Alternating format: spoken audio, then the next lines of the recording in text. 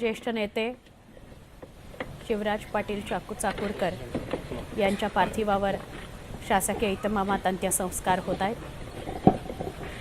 और इसके बाद पार्थिव पर भारत का जो तिरंगा है, हमारा राष्ट्रध्वज है, वो परिवार के सदस्य की जानिब सुपुर्द किया जाएगा। पाटिल परिवार के सदस्य, पाटिल परिवार के सुपुत्र शैलेश जी पाटिल चाकूरकर साहब,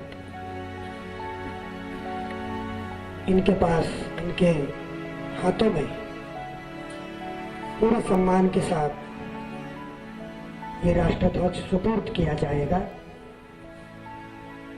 शिवराज पाटील चाकूरकर यांच्या कुटुंबियांना बड़ा दुखद क्षण है। हा तिरंगा दिला जातोय।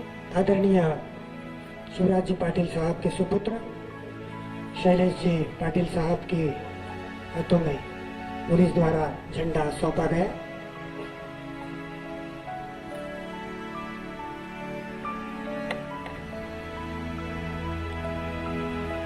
राजकारणातलं अत्यंत आदरानं घेतलं जाणारं नाव शिवराज पाटील चाकूरकर यांचं। शिवराज पाटील चाकूरकर यांनी राजकारणाचा तो टप्पा पाहिला जेव्हा सगळे पक्ष म्हणून एकमेकांसमोर जरी उभे ठाकत असलो तरी सुद्धा एक जिव्हाळ्याचं नातं आपापसात होतं।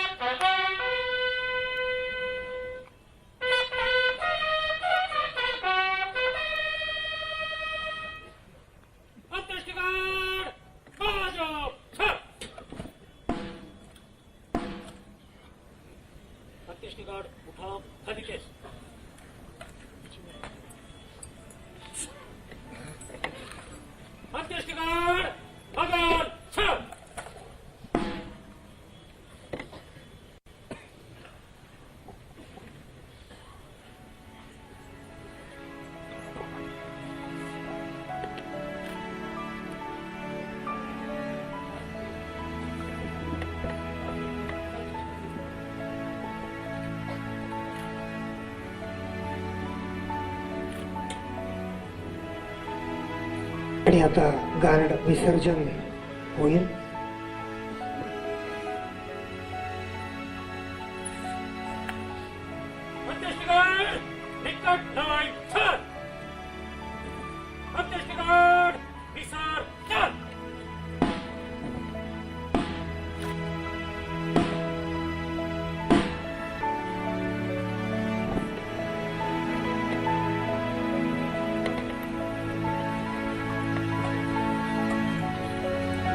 आणि यानंतर नातेवाईकांनी पुढच्या विधीसाठी प्रारंभ करायचा।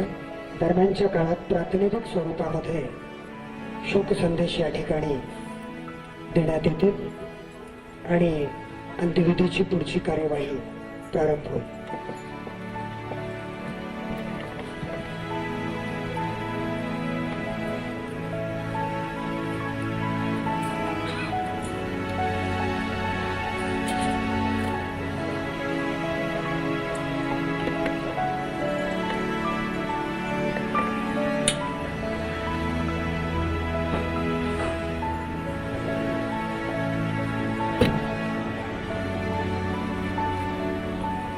तर शिवराज पाटील चाकूरकर यांच्या जाण्यानं काँग्रेसचं मोठं नुकसान झालेलं आहे.